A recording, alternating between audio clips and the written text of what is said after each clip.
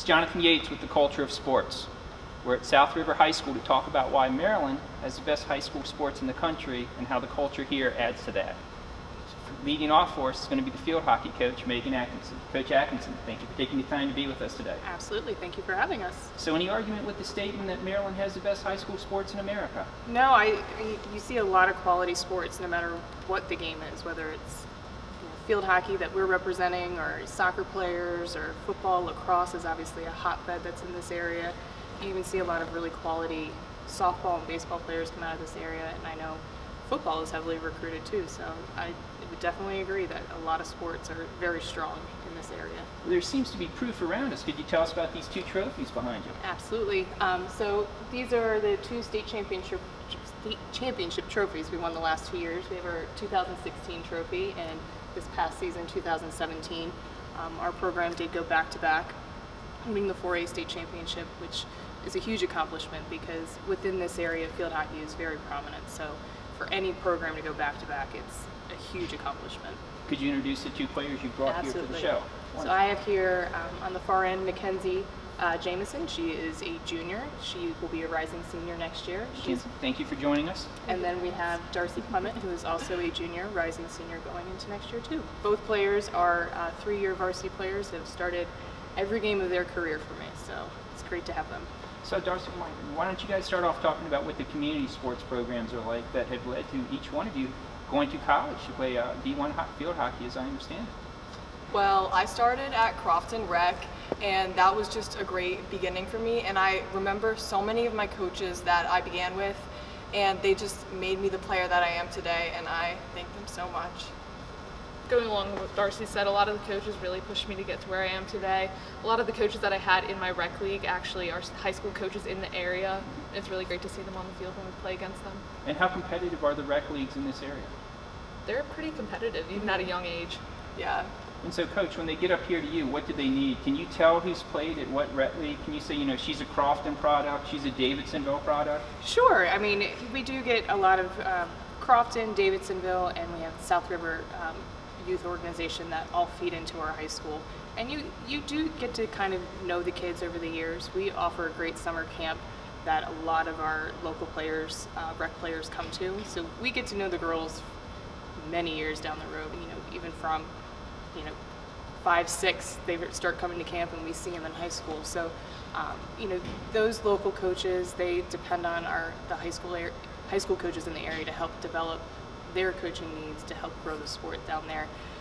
So we do have a lot of interaction, and we do get to see those girls. And because they're so competitive at that age, coming up into high school, they're ready to play at one of the higher levels of field hockey that is around. When does the college recruiting start? Early. You could probably ask these girls, but I we've want to seen hear what it's all about. we've seen girls as young as freshmen who are talking to colleges and having great interest. And now, did they go through you, or did the colleges contact them directly through social media? I think for the most part now, a lot of colleges use their club coaches. So you have your rec programs, but then you also have your club programs, which are a little more intensive. They play year round, and they do a lot of recruiting events through their club programs. So a lot of their club coaches have a lot of good contacts with collegiate coaches. I may see these girls for 3 months out of the year, but their club coaches see them 12 months out of the year. So a lot of the recruiting is done through their club process. I know in some sports like gymnastics and swimming, the best athletes are with the clubs. With field hockey, do they still stay with the high school? Oh yeah. It's very rare to have an athlete who plays at a high level at club who in field hockey does not also play in high school. I know in some other programs that other sports that might not be the case, but in field hockey most girls do end up playing. A lot of their recruiting and heavy playing is actually done in the spring, so off the field, off of the fall season that we have in high school. So Mackenzie, Darcy, we'd love to hear about the college recruiting process that led you to select such fine schools. I actually started a little later than most people do. Some people start their freshman year, but I chose to start my sophomore year just so that I knew what type of school I was looking for. I started going to camps the summer going into my sophomore year, and I still went to camps this past summer.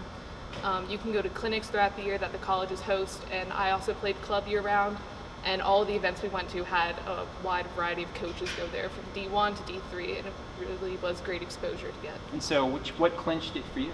I really chose Salisbury because it's a great school. It's D3 though, but they do have a really high caliber field hockey program, and they have very intense coaches, and the academics there are really good. So Darcy, what was your recruiting process like? So I started probably the fall of my freshman year, and like Mackenzie, I started going to tournaments where there would be college coaches, and I would email them and call them and ask them to come watch me play. And then probably spring of my freshman year, I started going to a bunch of clinics. And then fall of my sophomore year is when I started narrowing down my school selection. And then I committed spring of my sophomore year, and And so when they heard you were coming from Anne Arundel County from South River High School, what was the response like from the college coaches?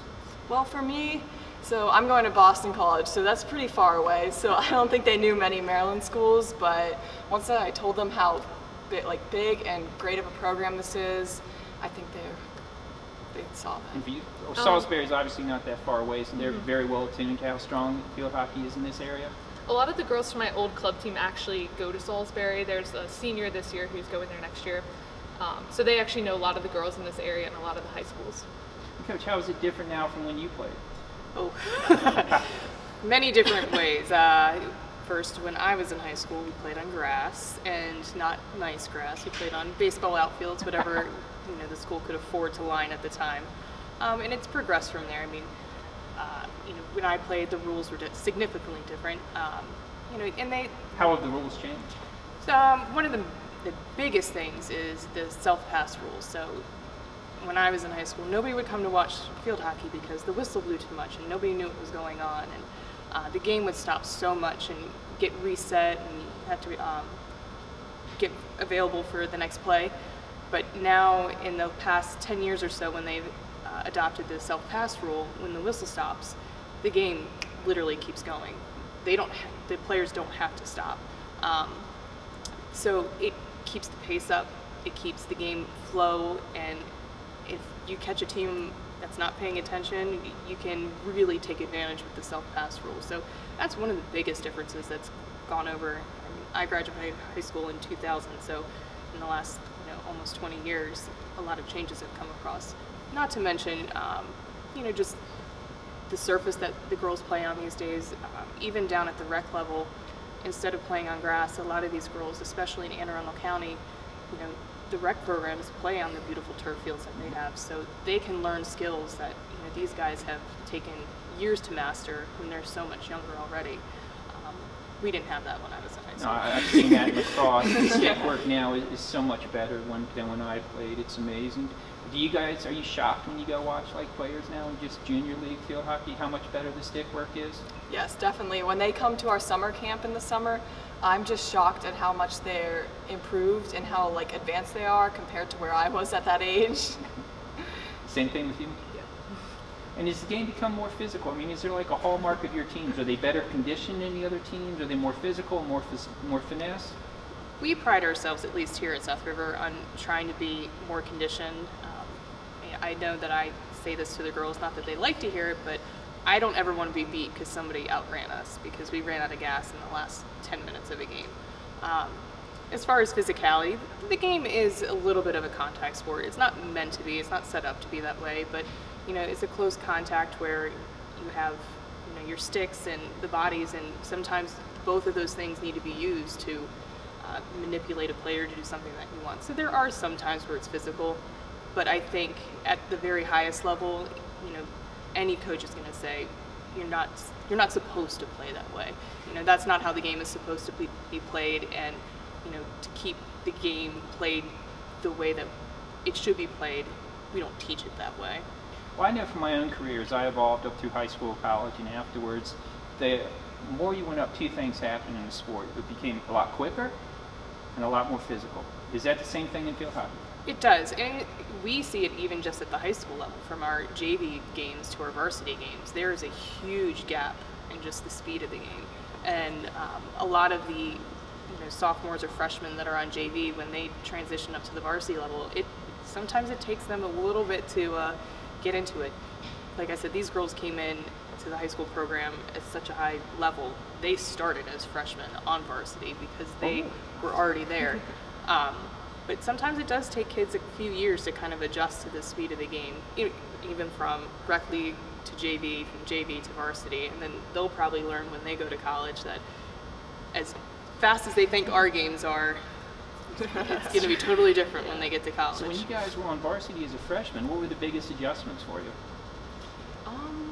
I can start with that. Certainly. I had an older sister, so when I was an incoming freshman, she was going to be a rising junior.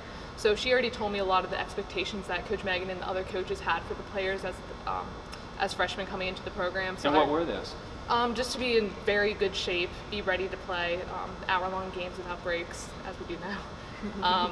Have really good stick work, have good technical skills, all of that. And I really worked hard with my sister, and She told you the truth, all that. she's very honest with me about it. And so where's she playing now? She's actually at McDaniel. She just Okay. transferred from Washington College, and she Okay. plays there too. And how's she enjoying the McDaniel She experience? loves it there. So what about you, Darcy? What was the adjustment like when you were on varsity as a freshman? Well, when I was a freshman, it was just like the nerves, like starting those games, and I almost tried to like prove myself to all the seniors and the upperclassmen and the coaches of like what I could do, and I think the nerves got to me, and especially during tryouts and even just the beginning of season. Did you have older siblings who helped you prepare? No, my sister didn't play. Do you think that would have helped? That probably would have, but I know like whenever I went to camp, I tried to ask the older girls as many questions as I could to get the information. Have either one of you played against college athletes yet? Slightly, I've played against people who are in college now, like last year, and then I have before. How was that experience? I mean, it's kind of scary because it's like against these girls who are amazing, who have so much training every single day, but it honestly makes you such a better player playing against people who are better than you. So, like a lot of my coaches who at my club team are in college right now or have been played in college, so they often like scrimmage with us and play with us. So it makes you such a better player. Mackenzie, have you played against any college players yet? Same with Darcy. At practices and stuff, some of the coaches scrimmage with us, and it just helps you prepare for the speed at the college level. And do you see that as the biggest difference? I would say so. Yeah. So, Coach, how do you help them prepare for that? For these guys, I try to make sure that when I get rid of them, I like the way you call them guys, too. for these guys, I want to make sure that they're prepared to be at least the best teammate that they can be going into the collegiate level. So I know I've spoken with these two, especially at length, about being good leaders going into their senior year for their teammates, so that they can take those tools and just blend seamlessly with new teammates when they get there. For them, unfortunately, especially Darcy, she's going to be playing on a different surface next year. She plays a lot on it now, but You talk a lot about surfaces. Is that critical for field hockey? it is. How so? It is. So you have your grass, you have field turf, which is the artificial stuff that you see a lot now. All the high schools here in Anne Arundel County have it, and it's what we play on. It's a very consistent surface for us, so it allows us to kind of read the ball and the plays better. And then there's one step further, which is AstroTurf, which is usually a water-based turf that most collegiate teams play on, at least Division I, and the speed of that game is very fast.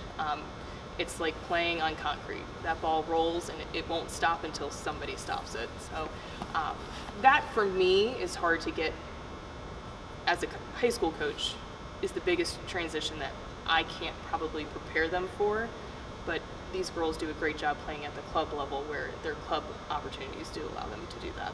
Now, a lot of people don't realize that, women's sports are some of the most injury prone. As an example, women's ice hockey is one of the highest rates for concussion. What are the injuries in field hockey? Thankfully, knock on wood, we have been Knock on the artificial turf. We've been very lucky, at least at South River. We unfortunately hear about a lot of players who may tear an ACL on artificial surfaces or even run into each other in concussions, and sparingly we get those. But a lot of my athletes play more than one sport, so their bodies don't get too conditioned into playing one sport. So Are you fine with that? Or? I definitely am. I'd like to see the girls play whatever sport that they want, whatever makes them happy. I do expect when we're in the fall season, that the time that I have you for the 3 hours a day or 2 hours a day practice, it's field hockey. It's I don't want to see a lacrosse stick come up on the field with us, but I do encourage them to play other sports out of season because it keeps them healthier. You guys play out of season? I do unified bowling in the fall with the Best Buddies program at the school. We'll be and filming then about that. yeah, I also played lacrosse until this past season. I So stopped. why did you stop lacrosse? Did you feel the skills weren't transferring, or you just wanted to focus on field hockey? Yeah, once I committed for field hockey, which was in March before tryouts actually happened for lacrosse, I realized that I needed more outdoor training just to get used to the speed of the game before I went to the college level. So I switched field hockey clubs and got more training for it. How about you, Darcy? Did you play other sports? Yeah, I played a lot of sports growing up, and my main two were lacrosse and field hockey, but I quit lacrosse in middle school because I wanted to focus on field hockey as I just started the club I'm at now, and it's year-round, so I just wanted to focus on that and have training for that all the time. So having played lacrosse and basketball, I know how important footwork is. What's the most important component of field hockey? Footwork is big, and also hand speed. So Can you tell why with the footwork and the hand speed, why each one of those are so critical? when you're out there on the sport, the biggest thing is being able to move the ball at a fast pace, and as long as your hands can move, you can keep a defender guessing at all times. So as long as your hands are super fast and you're able to either cradle the ball with your stick or get a pass off or a nice hard shot, that hand speed translates all across all avenues of the sport. And then to couple that with foot speed, to be able to do the hand speed with the feet is huge, because that allows for your whole body to have the best mechanics when you're playing the sport. Additionally, with sprinting speed and just running down the field, that is helpful too. But that hand speed coupled with good foot speed just makes you an exceptional field hockey player. And so growing up, I always played defense. So is it the same components for playing defense in field hockey? You don't want to cross your legs. You want to square up on the opponent.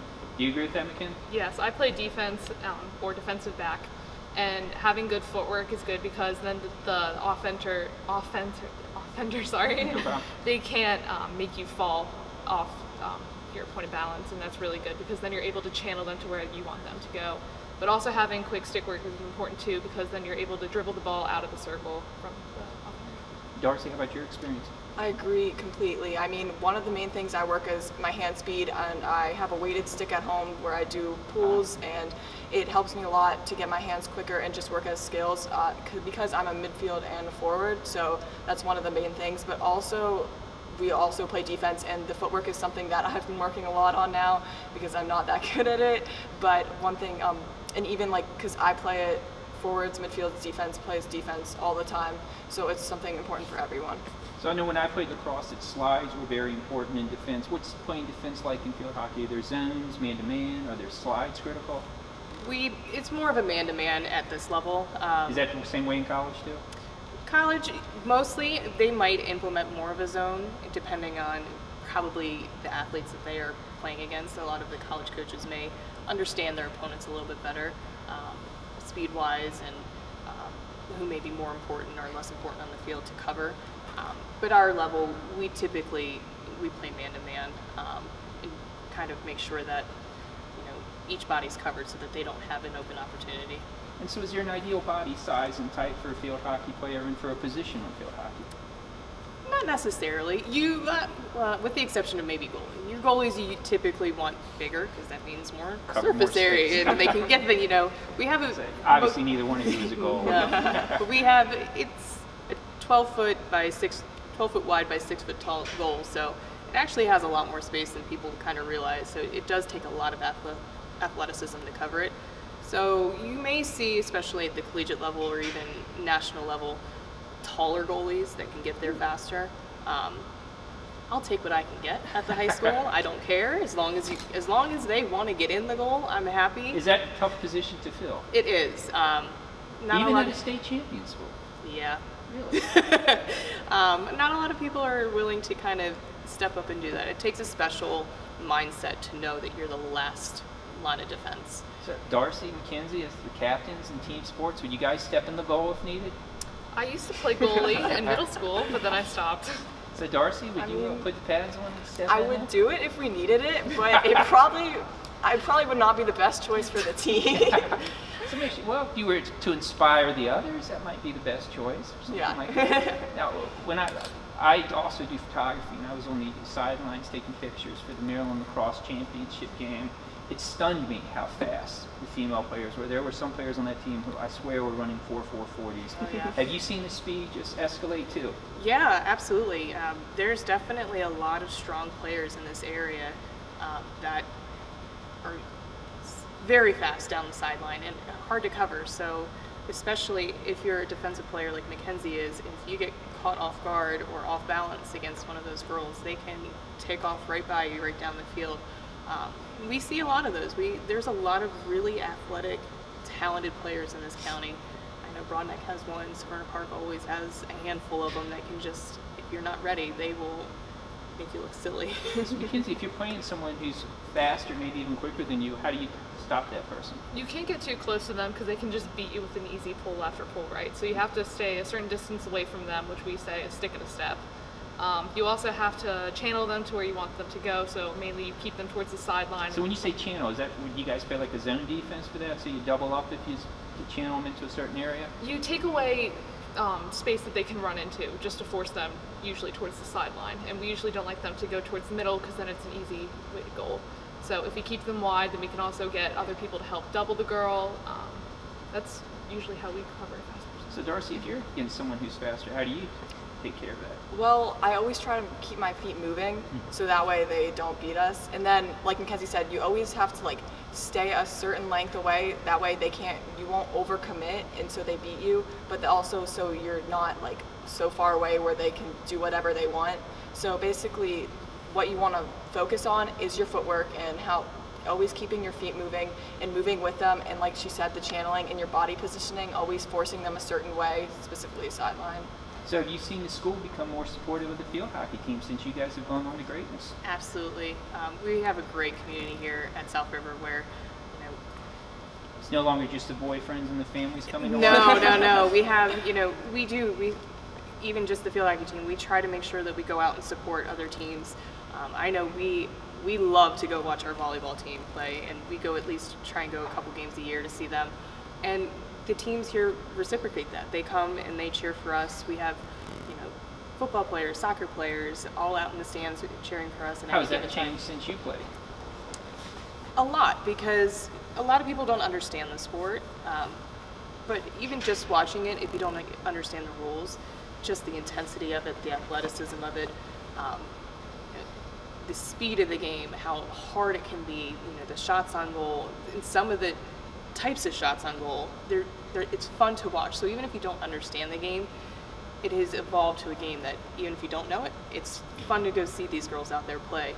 So I think that now we get a lot more support in the fan side of the stadium, because people just want to come see these girls work hard, take some crazy shots on goal, and win some games. So we see it a lot now. So Darcy, how have you seen the level of support change since you first started? It definitely has. I mean, we're not one of like the most supported sports, but there's also like a lot of people who come out, especially in the playoffs and when the games are getting like more intense, and it's a lot more fun to watch. And I mean, I always try to get my friends to come and always like So when you spread say the word. intense, do you mean dirtier, more physical?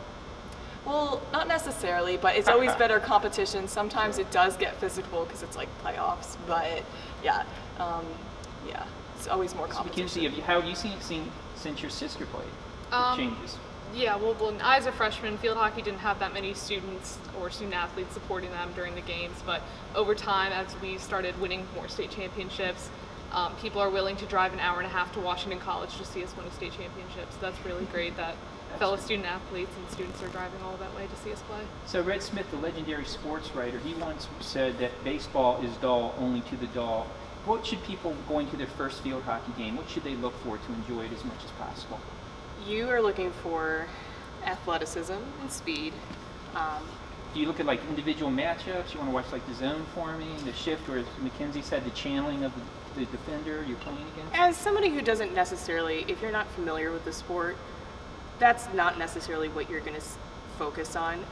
You'll see a lot of one-on-one type situations, which can translate to a basketball game or a soccer game, where you may see an offensive player going against a defensive player. And when you see those one-on-one matchups, somebody's got to win. And hopefully, she's very good at doing great pulls around somebody or just eliminating defenders that way. So, as somebody new. When you say eliminating a defender, what does that mean?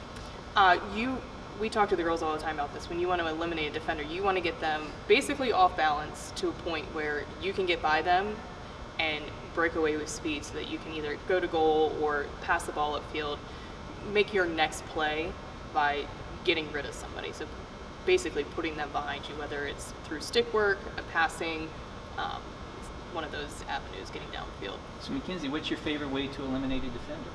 I usually do either a pull left or a pull right, which is basically just pulling to one side of the defender and going around them, or I do a lift over the stick. What about you, Darcy? My favorite are 3D skills, which is, like she said, a lift over a stick. So that's my favorite because when you can get it in the air, and it's easier to get over people, and it just gives you a lot of speed. Now, could you do that when you first started out, or did those skills develop over time? Well, I definitely couldn't do that when I first started rec, but as I grew as a player, and especially when I started club, that's something that we focused on a lot, which was skills, and that improved my skills so much.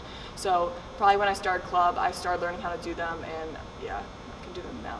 In any sport you play, there's always three components: control the middle, protect your flanks, and develop the best pieces. How does that pertain to field hockey?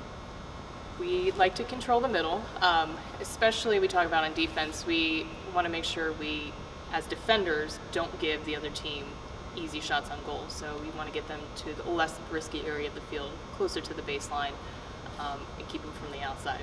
Obviously, if they're taking shots from the middle of the field, they have the best angle on goal. So we definitely talk about that a whole lot, and making sure that we control that space. And in field hockey, there's only a certain area that you can score within. So we make sure when we're within that area that defense is nice and tight to keep them from doing that. And so how do you protect your flanks? In lacrosse, we'd say, you never want to get rolled. What's the expression for field hockey? I guess I never played lacrosse, so I was a softball player in my non-field hockey season. Probably mostly on defense when we talk about that is not getting eliminated, so making sure that your footwork is right and not getting caught flat-footed. We see a lot of young players who may approach somebody to play defense and they plant their feet. And as soon as they stop moving, kind of like Darcy said, as an offensive player, you want to keep moving, but as soon as that defender stops moving, they're easy to get beat by. So we want our defenders to make sure their feet are moving, their footwork keeps going, they're sliding down the field, whether it's left to right or keeping them to the outside. So as a defender, we don't want them caught flat-footed so they don't get beat like that. And how do you develop your best players? We work hard. I want to give these kids the best opportunity they can with the time that we have here. And then also, if they're interested in playing at the next level or moving on, giving them the information for even more opportunities outside of the high school. So like we've talked about these girls playing club level, a lot of very young players, whether they're rising freshmen or freshmen currently in high school, may be interested in continuing to play and develop their skills outside of our August to November season. So I want to give them as much information as possible. I want to make sure that in our off season, to develop them even better, we do off-season workouts. We set up camps. I send every link that I can to my team about University of Maryland is hosting a camp, Towson's hosting a camp, anywhere local. And that's how these girls really get to develop, because not only, kind of as Darcy mentioned earlier, you play against other really good field hockey players. So it makes you either see where you want to be or rise to a better level of play to play against them. So Mackenzie and Darcy, what's your off-season training like? Well, so I obviously have clubs, so that's usually twice a week, and then we just started spring workouts, so that's twice a week again. And then I try to go to the gym whenever I can, like free days or anything. And I usually have tournament games on the weekends, so it keeps me pretty busy. I'm actually in a weight training class at school, so that's anywhere from 2 times to 3 times a week, and the workouts there are very intense. I'm also involved in the spring workouts, summer workouts. Do you encourage weightlifting as a coach? I do for the older girls who are a little bit more developed, and especially for those who are going to go play at the collegiate level. They're going to do it there, so it gives them a little heads up going into their college days. So when you visited your colleges, what did you think of their facilities? Well, Salisbury is like a top 5 ranked Yes. field hockey school for D3. So they obviously have very nice weightlifting facilities. Additionally, with BC, they had great facilities. I mean, and they're building a new one right now, so I'm really excited to go there and get to use them. So what are you guys looking to major in college? I'm looking to major in biological sciences. I'm not really sure yet. So what do you do in college? I went and I eventually graduated from Towson University with a degree in sports management. It took me a little while to figure out what I wanted to do. At one point I wanted to be a history major, and then interior design, art, coupled in. Finally I decided I got to pick one thing that I really enjoy, which just happened to be sports. And I was able to finish my degree at Towson. I loved it. And although coaching isn't necessarily exactly what sport management is all about, it has given me a lot of tools to be a better head coach. So it's ended up with one question that we started off at the beginning with Coach Atkinson. Why do you guys think Maryland has the best high school sports? Well, Kids. whenever we travel anywhere over Maryland, we go all the way over to the Eastern Shore, to Baltimore or Howard County, we are always met with good competition, and that's with any sport throughout the state. Darcy? I think that it's just such like a well-rounded sports-wise. So there's lacrosse and football, but there's also field hockey and softball, like Coach Megan said. And there's so many like sports that aren't as popular that are also that do really well in Maryland. So I think that's one of the things that makes Maryland great. So in applying to college, do you think that having played sports helped you in your application process? Yeah, I think doing extracurriculars and sports, one thing, it teaches you so many lessons and just life lessons that you can use in the future. So I What are think, some of those that you learned? well, teamwork, yes. Always respecting your opponent and just always working hard. No matter what you're doing, just working hard, you'll do great things. Mackenzie, how about you? What lessons have you learned from playing sports? Teamwork and also respecting the opponent. Coach Megan and the other coaches on South River Field Hockey really emphasize those points. Coach, are you much on time management with the players? We do. Typically, especially in season, the girls kind of know we come in each practice. We either do a set run for the day, it takes about 15-20 minutes, and then we move on to skill sessions. And we typically end with set corner pieces that are a big part of our game. So day to day, the actual activities might vary a little bit, but we do have kind of a strategic timeline to get through a practice session. Games for warm-ups, we like to kind of have the same thing going into each game so that we're building and getting more prepared, warming up for the game. And even now in our off season, when we're able to do some workouts, we're just doing weightlifting, a little bit of conditioning right now.